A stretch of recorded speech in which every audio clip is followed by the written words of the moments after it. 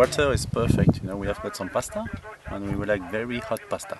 Donc c'est une cafetière et donc on fait tout simplement chauffer de l'eau directement branchée sur la batterie parce que j'ai un petit peu cramé l'allume-cigare et donc je vais pouvoir faire chauffer les pâtes tout simplement.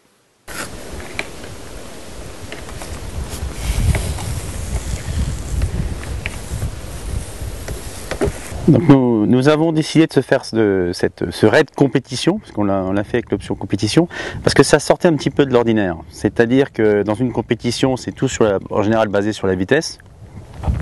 Et ici, c'est plus basé sur l'orientation et c'est que des dunes.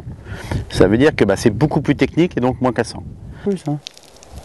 J'aime bien cette course parce qu'elle nous permet de chercher un peu les limites de nos possibilités, dans ce sens où que la compétition est une compétition d'orientation. Donc on a un timing et il faut être dans le timing et il faut bien passer par les points au moins obligatoires. Donc c'est intéressant de rechercher un peu les limites de ces possibilités.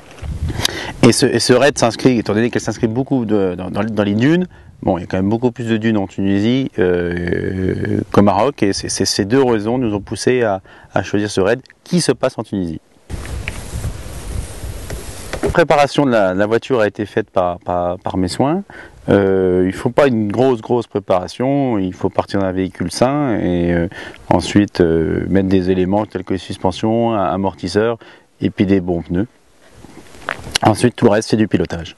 Nous avons choisi la compétition, mais il est parfaitement possible que la famille ou des amis suivent exactement le même parcours en même temps. Et donc ça donne un côté sympa, comme ça on peut se retrouver, et puis ça permet aussi à ceux qui ont un petit peu moins d'expérience de voir ceux qui luttent pour les premières places passer dans les dunes.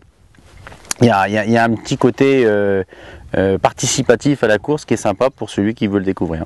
Donc il y a plusieurs points obligatoires qui sont qui comptent, qui ont une pondération en fait qui compte pour le même nombre de points, et puis il y a des points variables qui eux ont des pondérations différentes, donc ça peut être de 30 jusqu'à 160. Donc il est évident que 30 ça va être facile, et 160 ça va être extrêmement difficile. Donc c'est tout à l'art du copilote de choisir les faciles ou les difficiles lorsqu'on a le temps ou pas. Nous avons eu un problème avec une roue, mais ce qui est bien c'est que l'organisation s'occupe de tout. Ça veut dire que là j'ai reçu un bout de bois ou je sais pas trop dans le flanc. Alors dans le flanc c'est pas très recommandé de mettre une mèche, donc je les ai changés et j'ai appelé sur la VHF, j'ai demandé à avoir une chambre à air ce soir et je sais que ce soir donc j'aurai une chambre à air, donc ça c'est quand même confortable.